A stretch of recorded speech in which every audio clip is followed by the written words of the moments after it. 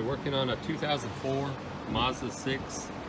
It is an automatic transmission, and we're going to be servicing the transmission filter in it today. I just went ahead and actually installed this transmission, but we're going to go ahead and service it before it leaves this garage. It's made it to a 2.3 liter 4-cylinder, and the pan is directly underneath it, and this is your transmission dipstick.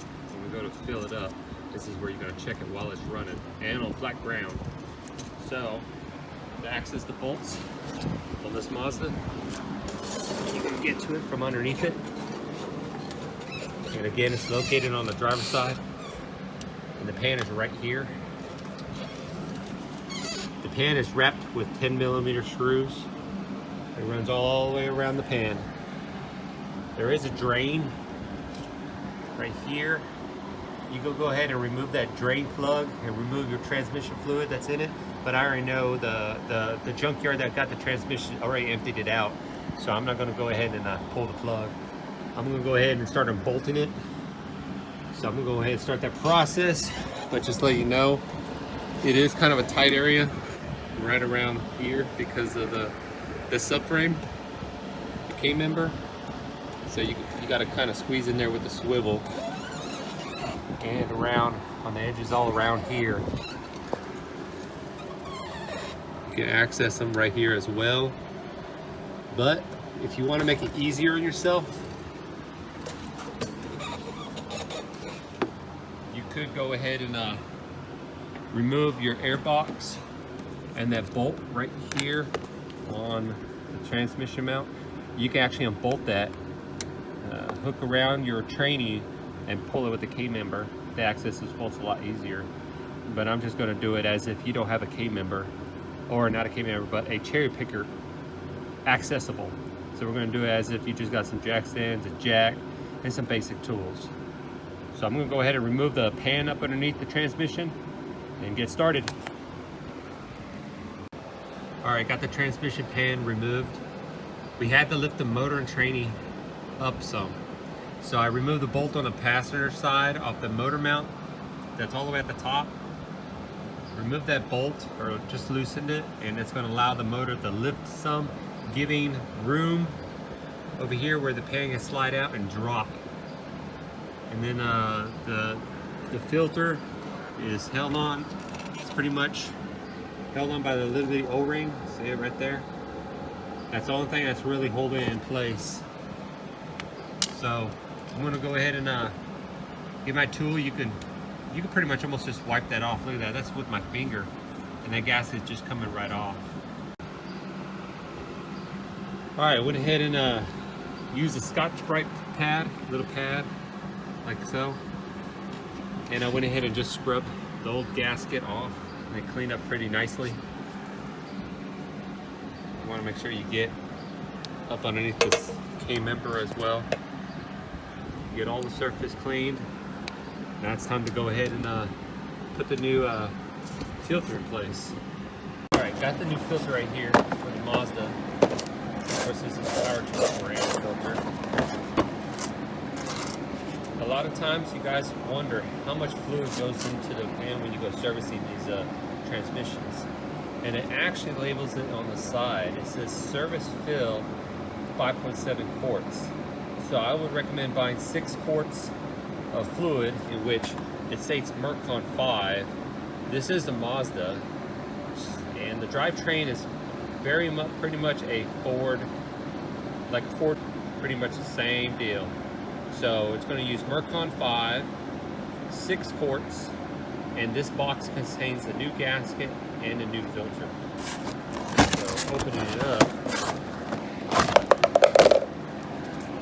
Here's your new gasket placed in there. And this is your new filter. And of course, there's your O-ring. Make sure your O-ring is there, because you need to make sure that seals the deal.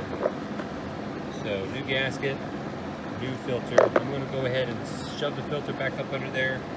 And still got to go ahead and clean this pan off. So I'm going to go ahead and clean this off real quick. Scotch-Brite pad it down and clean the inside, just wiping it all down, and and then we'll go ahead and place this gasket in place. I wouldn't recommend using too much silicone. Just use very light when we go to putting this gasket in place. The only reason why I don't recommend gobbing it on there, because it can actually go into the pan and clog up some things that you don't want to get inside, like a solenoid or something causing a transmission fault. So you want to use it lightly. But first I'm going to go ahead and clean this up and get it ready for this kit. Went ahead and got the new transmission filter in place. Of course, there's a little tab on the opposite side of this one. On the inside, it's a little stub. There's a little hole in which that filter has to click in that little hole, and then it pops where the suction tube is. Where the O-ring is at, O-ring's on this side, and there's a little pin on this side. That way the filter goes in flush. If you don't get it in there, it's gonna go in crooked. So you gotta make sure you look for that little hole here, not this little stub right here, but the one on the inside. If I go ahead and grab this old filter, this is the old one. Of course, if I turn it around, there's that little deal we can see on the bottom side. See that little guy right there? You gotta look for the hole in which that thing just sits in. It's an alignment pin hole, pretty much, on the transmission where this filter goes. So now that that's in place, I'm gonna go ahead and got the filter here, or pan here, got the new gasket, and I'm gonna go ahead and just put a little bit of the silicone, very little, just enough to hold the new gasket in place. All right, then we're gonna go ahead and torque it down. The torquing procedure, of course, goes pretty much in a pattern like a star. And it's 61 to 78 inch-pounds is what they tell me. So 61 to 78 inch-pounds. All right, this is an inch-pound one. This is on a quarter inch drive. So I'm gonna go ahead and get silicone here, put the new gasket in place, and then I'm gonna cradle this thing right back up into the transmission area, and then lightly put the bolts on it. All right, we're gonna go ahead and get there first before moving on to the torquing procedure. All right, went ahead and after putting the thin amount of silicone on the pan itself, placed the gasket on the pan and pressed firmly all the way around.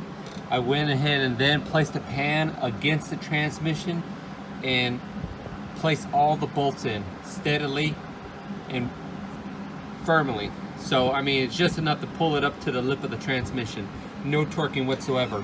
Once I had all the bolts in place, I went ahead and then started the torquing procedure. Remember, 61 to 78 inch-pounds.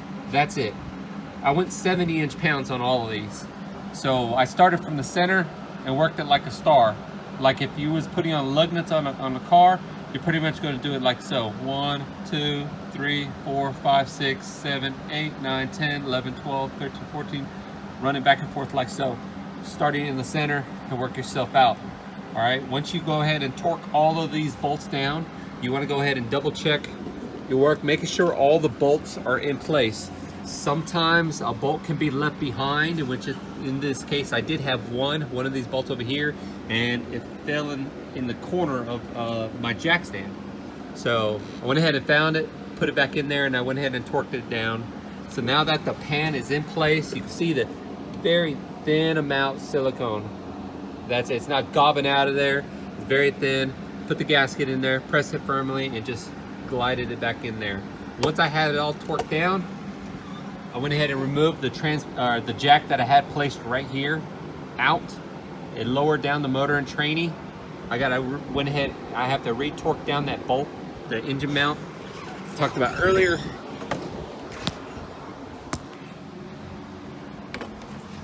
And that's that bolt right there. This is that motor mount I was talking about earlier. All I did was loosen it, and the whole thing raised itself up. Now that I went ahead and pulled the jack out, it lowered itself back down.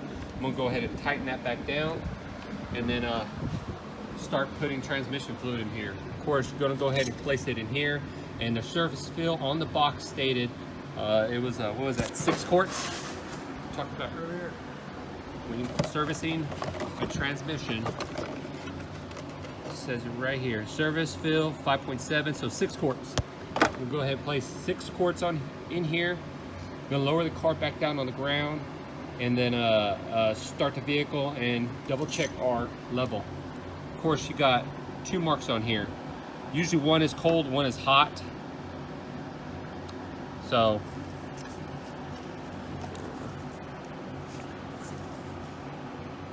and you can see this one's got a temperature on there, 20C, 65C. So that's your cold marks, hot marks. All right, so being it's cold, it's going to be that one right there, and we're going to go ahead and put the 6 quarts in there and see what we got. All right, with the transmission cover now officially installed, it's safe to go ahead and lower the vehicle back on the ground. So I just went ahead and placed the jack in the proper area on the K-member. Got to remove the jacks and place the vehicle directly back on the tire. We're going to go on the top side and add the proper amount of transmission fluid, and then we'll go ahead and safely make sure that it's at its proper level on level ground. I went ahead and started the vehicle up. So I got the engine running, and I went ahead and get it hot, check the transmission fluid level. Of course, the transmission fluid is right here in the back by the master cylinder. So once you go ahead and put the dipstick back inside the tube, make sure it's cleaned off. Just put the stick all the way in. Then you can go ahead and pull it back out. Check the fluid level. Make sure she's good. Which in this one, it looks pretty good. So that's checking it out while the vehicle is on the level ground. Make sure she's full. And that pretty much completes it. All you have to do now is double check, make sure there's no fluid leaking up underneath the vehicle. If there is, ensure you take care of it. Find the leak, fix the problem before the vehicle needs to stop. As always, if you like my videos, please hit the like button. If you'd like to follow me, please subscribe. As always, thanks for watching.